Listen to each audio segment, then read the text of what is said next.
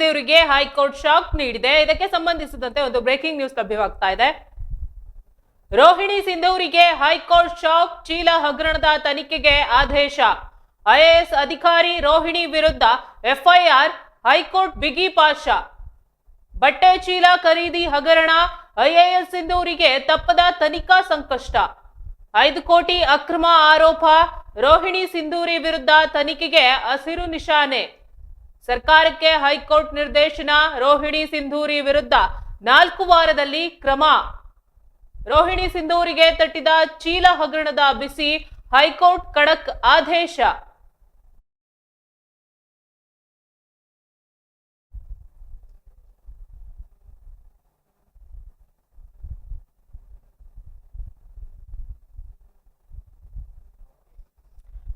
Rohini ಸಿಂಧೂರಿಗೆ high court shock ನೀಡಿದೆ. ಚೀಲ ಹಗರಣದ ತನಿಖೆಗೆ ಆದೇಶವನ್ನ ಹೊರಡಿಸಿದೆ ಹೈಕೋರ್ಟ್. ಐಎಎಸ್ ಅಧಿಕಾರಿ ರೋಹಿಣಿ ಸಿಂಧೂರಿ ವಿರುದ್ಧ ಎಫ್ಐಆರ್ ಹಾಕುವಂತೆ ಹೈಕೋರ್ಟ್ ಆದೇಶವನ್ನ ನೀಡಿದೆ. ಬಟ್ಟೆ ಚೀಲ ಖರೀದಿ ಹಗರಣಕ್ಕೆ ಸಂಬಂಧಿಸಿದಂತೆ ಐಎಎಸ್ ಸಿಂಧೂರಿಗೆ ತಪ್ಪದ ತನಿಖಾ ಸಂಕಷ್ಟ. 5 ಕೋಟಿ ಅಕ್ರಮದ ಆರೋಪದ ಮೇಲೆ ರೋಹಿಣಿ ಸಿಂಧೂರಿ ವಿರುದ್ಧ ತನಿಖೆಗೆ ಹೈಕೋರ್ಟ್ ಹಸಿರು ನಿಶಾನೆ ತೋರಿಸಿದೆ. ಸರ್ಕಾರಕ್ಕೆ ಹೈಕೋರ್ಟ್ ನಿರ್ದೇಶನ, ರೋಹಿಣಿ ಸಿಂಧೂರಿ ವಿರುದ್ಧ 4 ವಾರದಲ್ಲಿ ಕ್ರಮ ಕೈಗೊಳ್ಳುವಂತೆ ಆದೇಶವನ್ನ ಹೊರಡಿಸಲಾಗಿದೆ. ರೋಹಿಣಿ ಸಿಂಧೂರಿಗೆ ತಟ್ಟಿದ ಚೀಲ ಹಗರಣದ ಬಿಸಿ, ಹೈಕೋರ್ಟ್ ಖಡಕ್ ಆದೇಶವನ್ನ ನೀಡಿದೆ.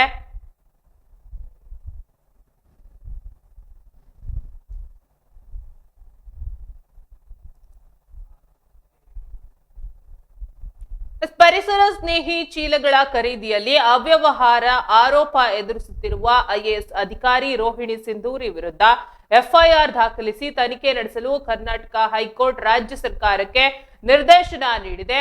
ನ್ಯಾಯಮೂರ್ತಿ ಎಂ ನಾಗಪ್ರಸನ್ನ ಅವರಿದ್ದ ಪೀಠವು ಭ್ರಷ್ಟಾಚಾರ ತಡೆ ಕಾಯ್ದೆಯ ಸೆಕ್ಷನ್ 17A ಅಡಿಯಲ್ಲಿ ಅನುಮತಿ ನೀಡಿ 4 ವಾರಗಳೊಳಗೆ ಕ್ರಮ ಕೈಗೊಳ್ಳುವಂತೆ ಸೂಚನೆಯನ್ನ ನೀಡಿದೆ. ಈ ಪ್ರಕರಣವು ರಾಜ್ಯಾದ್ಯಂತ ತೀವ್ರ ಚರ್ಚೆಗೆ ಗ್ರಾಸವಾಗಿದೆ.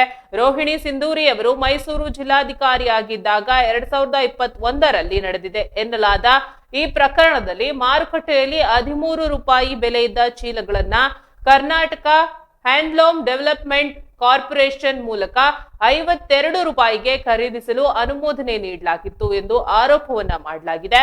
ಇದರಿಂದ ಸರ್ಕಾರಕ್ಕೆ ಸುಮಾರು 5.88 ಕೋಟಿ ರೂಪಾಯಿ ನಷ್ಟವಾಗಿದೆ ಅಂತ ವರದಿಯಾಗಿದೆ. ನ್ಯಾಯಾಲಯದ ಪ್ರಕಾರ ಇಲಾಖಾ ತನಿಖೆಯಲ್ಲಿ ರೋಹಿಣಿ ಸಿಂಧೂರಿ ಅವರನ್ನ ದೋಷಮುಕ್ತಗೊಳಿಸಿದ್ರು. ಕ್ರಿಮಿನಲ್ ಪ್ರಕರಣ ದಾಖಲಿಸಲು ಯಾವುದೇ ಅಡ್ಡಿ ಇಲ್ಲ. ಭ್ರಷ್ಟಾಚಾರವು ಕ್ಯಾನ್ಸರ್ನಂತೆ ಪ್ರಜಾಪ್ರಭುತ್ವದ ಆಧಾರ ಸ್ತಂಭಗಳನ್ನ ದುರ್ಬಲಗೊಳಿಸುತ್ತವೆ ಅಂತ ನ್ಯಾಯಾಲಯ ಅಭಿಪ್ರಾಯಪಟ್ಟಿದೆ. ಆದ್ರಿಂದ ತನಿಖೆ ನಡೆಸಿ ಸತ್ಯಾಸತ್ಯತೆ ಹೊರತರಬೇಕಿದೆ ಅಂತ ನ್ಯಾಯಾಲಯ ಹೇಳಿದೆ. ಈ ಪ್ರಕರಣಕ್ಕೆ ಸಂಬಂಧಪಟ್ಟಂತೆ ಅರ್ಜಿದಾರರು 2021ರ ಡಿಸೆಂಬರ್ 17ರಂದು ದೂರನ್ನ ಸಲ್ಲಿಸಿದ್ದಾರೆ. ಇದರ ಮೇರೆಗೆ ಸೆಕ್ಷನ್ 17A ಅಡಿಯಲ್ಲಿ ಅನುಮತಿ ಕೋರಲಾಗಿತ್ತು. ಆದ್ರೆ 2022ರ ಸೆಪ್ಟೆಂಬರ್ 19ರಂದು ಇದನ್ನ ತಿರಸ್ಕಾರ ಮಾಡಲಾಗಿತ್ತು. ನಂತರ ಹೈಕೋರ್ಟ್ಗೆ ಸಲ್ಲಿಸಲಾಗಿದ್ದ ಅರ್ಜಿಯನ್ನ ಪರಿಗಣನೆ ಮಾಡಿ ಸರ್ಕಾರ ಮರುಪರಿಶೀಲಿಸುವಂತೆ ಸೂಚನೆ ನೀಡಲಾಗಿತ್ತು. ಆದಾಗ್ಯೂ ಕಳೆದ ವರ್ಷ ಮೇ 26ರಂದು ಸರ್ಕಾರ ಮತ್ತೆ ಅನುಮತಿಯನ್ನ ನಿರಾಕರಿಸಿತ್ತು. ಹೈಕೋರ್ಟ್ನ ಆದೇಶದಂತೆ ರಾಜ್ಯ ಸರ್ಕಾರವು 4 ವಾರಗಳ ಒಳಗೆ ಎಫ್ಐಆರ್ ದಾಖಲಿಸಿ ಲೋಕಾಯುಕ್ತ ಪೊಲೀಸರಿಂದ ತನಿಖೆ ನಡೆಸಲು ಅನುಮತಿಯನ್ನ ನೀಡಬೇಕು. ನ್ಯಾಯಾಲಯವು ಚೀಲಗಳ ಖರೀದಿಯಲ್ಲಿ ಅಕ್ರಮಗಳ ಬಗ್ಗೆ ಗಂಭೀರ ಕಳವಳ ವ್ಯಕ್ತಪಡಿಸಿದೆ. ನಗರ ಸ್ಥಳೀಯ ಸಂಸ್ಥೆಗಳು ಮತ್ತು ಗ್ರಾಮ ಪಂಚಾಯಿತಿಗಳ ಕಲ್ಯಾಣ ಯೋಜನೆಗಳಿಗೆ ಮೀಸಲಾದ ಹಣವನ್ನ ದುರುಪಯೋಗ ಪಡಿಸಿಕೊಳ್ಳಲಾಗಿದೆ ಎಂದು ಆರೋಪವನ್ನ ಮಾಡಲಾಗಿದೆ. ಅರ್ಜಿದಾರರ ಪ್ರಕಾರ 5 ಕೆಜಿ ಮತ್ತು 10 ಕೆಜಿ ಸಾಮರ್ಥ್ಯದ ಒಟ್ಟು 14,71,458 ಪರಿಸರ ಸ್ನೇಹಿ ಬಟ್ಟೆ ಚೀಲಗಳನ್ನ ಪ್ರತಿ ಚೀಲಕ್ಕೆ 52 ರೂಪಾಯಿ ಅಂದ್ರೆ GST ಸೇರಿ ಪ್ರತಿ ಚೀಲಕ್ಕೆ 52 ರೂಪಾಯಿ ದರದಲ್ಲಿ ಖರೀದಿಸಲು ಆದೇಶವನ್ನ ನೀಡಲಾಗಿತ್ತು. ಇದರಿಂದ ಸರ್ಕಾರಕ್ಕೆ 5.88 ಕೋಟಿ ರೂಪಾಯಿ ನಷ್ಟವಾಗಿದೆ. ನ್ಯಾಯಾಲಯವು ಭ್ರಷ್ಟಾಚಾರ ತಡೆ ಕಾಯ್ದೆಯ ಸೆಕ್ಷನ್ 17A ಅಡಿಯಲ್ಲಿ ಕೇಳಲಾದ ಅನುಮತಿ ಪ್ರಾಥಮಿಕ ದೃಷ್ಟಿಯಲ್ಲಿ ಭ್ರಷ್ಟಾಚಾರದ ಅಂಶಗಳನ್ನ ತೋರಿಸುತ್ತದೆ ಎಂದು ಅಭಿಪ್ರಾಯಪಟ್ಟಿದೆ. ನ್ಯಾಯಮೂರ್ತಿ ನಾಗಪ್ರಸನ್ನ ಅವರು ಮಾರ್ಚ್ 27ರಂದು ಈ ಆದೇಶ ಹೊರಡಿಸಿದ್ದು, ಮೈಸೂರು ಮೂಲದ ವಕೀಲ ರವಿಚಂದ್ರೇಗೌಡ ಎನ್ಆರ್ ಸಲ್ಲಿಸಿದ್ದ ಅರ್ಜಿಯನ್ನ ಪುರಸ್ಕರಿಸಿದ್ದಾರೆ. ಸರ್ಕಾರದ ಕ್ರಮವು ನ್ಯಾಯಾಲಯದ ಆದೇಶವನ್ನ ಉಲ್ಲಂಘಿಸಿದೆ ಎಂದು ಅರ್ಜಿದಾರರು ವಾದಿಸಿದರು. ಈ ಪ್ರಕರಣವು ಸರ್ಕಾರದ ಕಾರ್ಯವೈಖರಿ ಮತ್ತು ಭ್ರಷ್ಟಾಚಾರದ ವಿರುದ್ಧದ ಹೋರಾಟದ ಬಗ್ಗೆ ಹೊಸ ಪ್ರಶ್ನೆಗಳನ್ನ ಹುಟ್ಟುಹಾಕಿದೆ.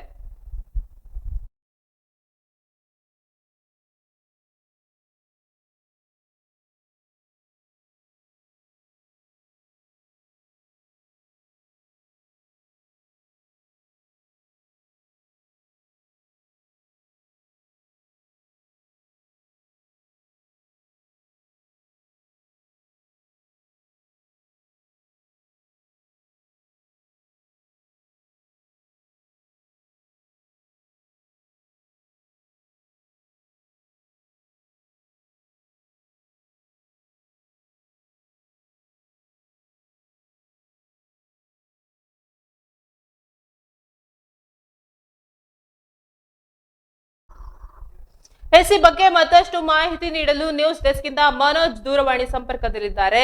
ಮನೋಜ್, ಏನಿದೆ ಇದ್ರ ಬಗ್ಗೆ ಹೆಚ್ಚಿನ ಮಾಹಿತಿ? ಸುರೇಖಾ, ರಾಜ್ಯದ ಪ್ರಭಾವಿ IAS ಅಧಿಕಾರಿಯಾದಂತಹ ರೋಹಿಣಿ ಸಿಂಧೂರಿ ಅವರಿಗೆ ಈಗ ಕಾನೂನು ಸಂಕಷ್ಟ ಕೂಡ ಎದುರಾಗಿದೆ. 13 ರೂಪಾಯಿ ಬೆಲೆಯ ಚೀಲವನ್ನ ಕೂಡ ಏನಂದ್ರೆ 52 ರೂಪಾಯಿಗೆ ಖರೀದಿಸಿದ ಆರೋಪದ ಮೇಲೆ ಈಗ ಹೈಕೋರ್ಟ್ ಕೂಡ FIR ದಾಖಲಿಸಲು ಕೂಡ ಆದೇಶವನ್ನ ನೀಡಿದೆ ಅವರ ಮೇಲೆ. ಅಷ್ಟಕ್ಕೂ ಏನಿದೆ ಪ್ರಕರಣ ಅಂದ್ರೆ ಸರ್ಕಾರಕ್ಕೆ ಆಗಿರೋ ನಷ್ಟ ಎಷ್ಟು ಅಂತ ನೋಡೋದಾದ್ರೆ, ಹಗರಣದ ಹಿನ್ನೆಲೆ ನಾವು ನೋಡಕ್ ಹೋದ್ರೆ ಘಟನೆ ನಡೆದಿದ್ದು 2021ರಲ್ಲಿ ರೋಹಿಣಿ ಸಿಂಧೂರಿ ಅವರು ಕೂಡ ಮೈಸೂರು ಜಿಲ್ಲಾಧಿಕಾರಿ ಆಗಿದ್ರು. ಅವಾಗ ಆ ಅವಧಿಯಲ್ಲಿ ಕೂಡ ಮೈಸೂರು ನಗರ ಪಾಲಿಕೆ ಮತ್ತು ಗ್ರಾಮ ಪಂಚಾಯಿತಿಗಳ ಏನಂತಂದ್ರೆ ಹಂಚಲು ಸುಮಾರು 14,71,000ಕ್ಕೂ ಹೆಚ್ಚು ಪರಿಸರ ಸ್ನೇಹಿ ಬಟ್ಟೆ ಚೀಲಗಳನ್ನು ಕೂಡ ಖರೀದಿಸಲು ಅವರು ಅನುಮೋದನೆಯನ್ನ ಕೂಡ ನೀಡುತ್ತಿದೆ. ಆದ್ರೆ ಇಲ್ಲಿ ನಡೆದಿರುವ ಅಕ್ರಮವೇನು ಅಂದ್ರೆ ನಾವು ನೋಡೋದಾದ್ರೆ, ಮಾರುಕಟ್ಟೆಯಲ್ಲಿ ಒಂದು ಚೀಲಕ್ಕೆ ಬೆಲೆ ಕೇವಲ 13 ರೂಪಾಯಿ ಇತ್ತು.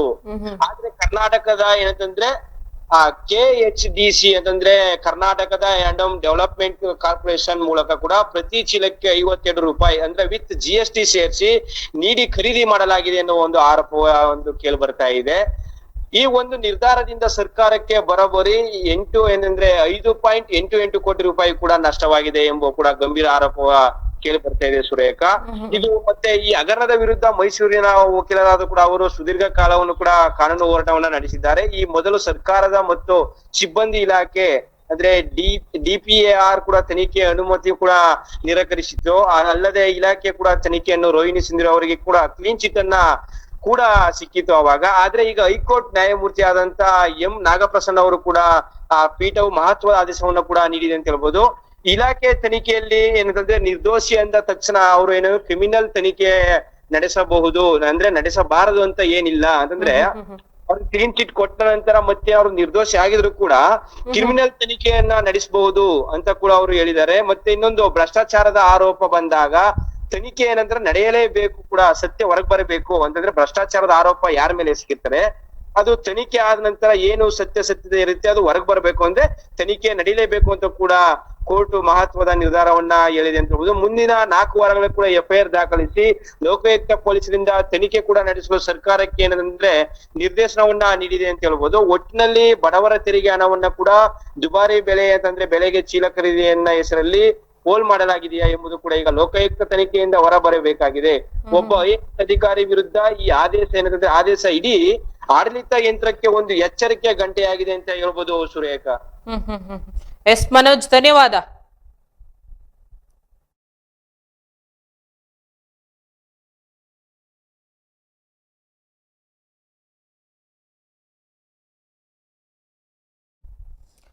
IAS ಅಧಿಕಾರಿ ರೋಹಿಣಿ ಸಿಂಧೂರಿ ಅವರಿಗೆ ಸಂಬಂಧಿಸಿದಂತೆ ಕರ್ನಾಟಕ ಹೈಕೋರ್ಟ್ ಮಹತ್ವದ ಆದೇಶವೊಂದನ್ನು ಹೊರಡಿಸಿದೆ.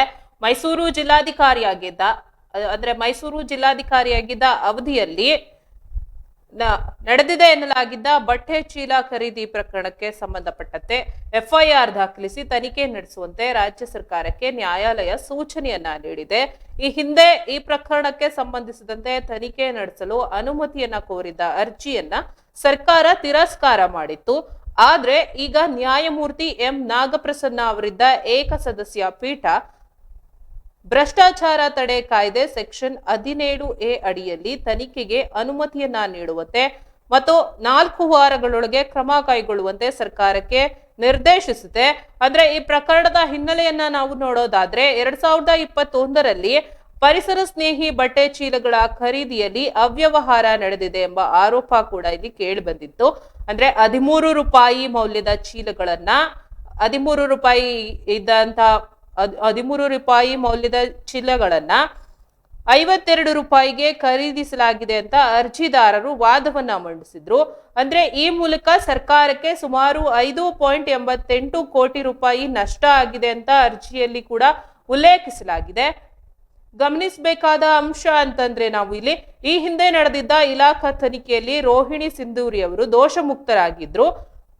ಅಂದ್ರೆ ತನಿಖೆ ನಡೆದು ದೋಷಮುಕ್ತರಾಗಿದ್ರು ಕೂಡ ನ್ಯಾಯಾಲಯ ಹೇಳಿದೆ ಅಂದ್ರೆ ಇಲ್ಲಿ ತನಿಖೆಗೆ ಯಾವುದೇ ಅಡ್ಡಿ ಇಲ್ಲ, ತನಿಖೆಯನ್ನ ನಡೆಸಬಹುದು, ಭ್ರಷ್ಟಾಚಾರಕ್ಕೆ ಸಂಬಂಧಿಸಿದಂತೆ ತನಿಖೆಯನ್ನ ನಡೆಸಬೇಕು, ಏನು ಸತ್ಯ ವಿಷಯ ಏನಿದೆ ಅದು ಆಚೆ ಬರಬೇಕು ಅನ್ನೋದು ನ್ಯಾಯಾಲಯದ ಅಭಿಪ್ರಾಯ ಆಗಿದೆ.